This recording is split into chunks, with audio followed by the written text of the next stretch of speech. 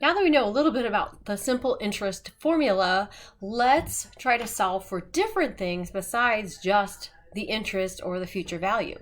In our examples here, we're going to look at solving for the rate given information and then also looking for the present value or what you'd have to initially invest. All right, so our first one deals with finding the simple interest rate, knowing what the original investment is, P sub 0, knowing what the future value of our account is, P sub n, and knowing the time. All right, so if you recall, simple interest, future amount is given by the principal, P sub 0, plus the interest, which is found by P sub 0 times R times T.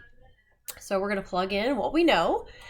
We have 3180 for the future amount. We have 3000 for the P sub 0, the initial principal, and we don't know R, and we know the time. So you can subtract the 3000 from both sides and then divide through by 3000, and you would get 0.06 as a decimal. So I'm going to move the decimal point 2 places, and that tells me that is 6% as a percentage. All right, here's one. You try it. All right, now I will warn you. I'm going to be throwing at you some unusual times. So this one involves 16 months and not years. So you have to convert, but be careful because we don't want to round in the middle.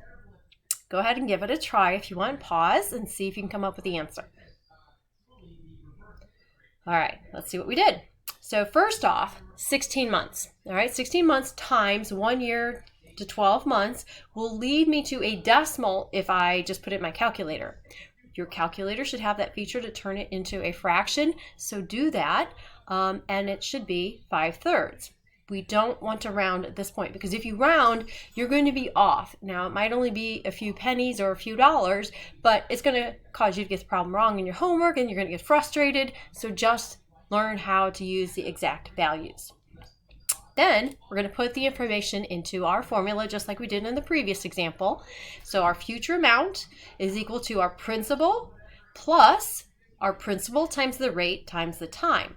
Now on this one, of course, just like before, we're going to go ahead and subtract that 10,000. And for the simplifying part on that second term, I took the 10,000 times the 5/3. Well, 10,000 over 1, so multiply the tops, 50,000 over 3. So that's what that simplifies to. I'm going to divide by that fraction, which means I'm really multiplying both sides by the reciprocal. So if I get my calculator out, it would look like this. So I'm going to take my 4,060 and I'm going to multiply it by the reciprocal of this thing. So I'm going to put in parentheses 3 divided by 50,000 and hit enter. And this is what I come up with, which matches what I did before. So 0.2436. But remember, that's the decimal form. Move 2 places and come up with an actual percentage or interest rate of 24.36%. Now, let's see if we can come up with present value. Same formulas, but we want to come up with a present value. All right, so this time I'm given how much I'm going to have in the account at the end of the period. I'm told the interest rate is 7% and the time. For this one, I think it's a little bit easier to use the factored form of the future amount formula. Because remember that P sub 0 plus P sub 0 RT, you can factor out P sub 0, which is what I've done here. Right? And I think you'll see why in just a moment. Put in what we know, the 8,500 for the future, the P sub 0 I don't know, and then the 1 plus 0.07 times 3, the RT. Well, you can simplify inside of there. Then you realize to find P sub 0, you just have to divide, and so you get the answer of $7,024.79. So I think it's a little easier to use that factored form.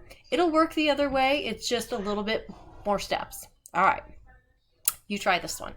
Go ahead and hit pause. See if you can work this one out. All right, let's see how you did. So I am, just like before, going to start with the factored formula for the future value of simple interest. And then I'm going to plug in the values that they gave me and simplify inside the parentheses. Then I'm going to divide both sides by that amount, and I'm going to come up with a present value would be $10,148.73.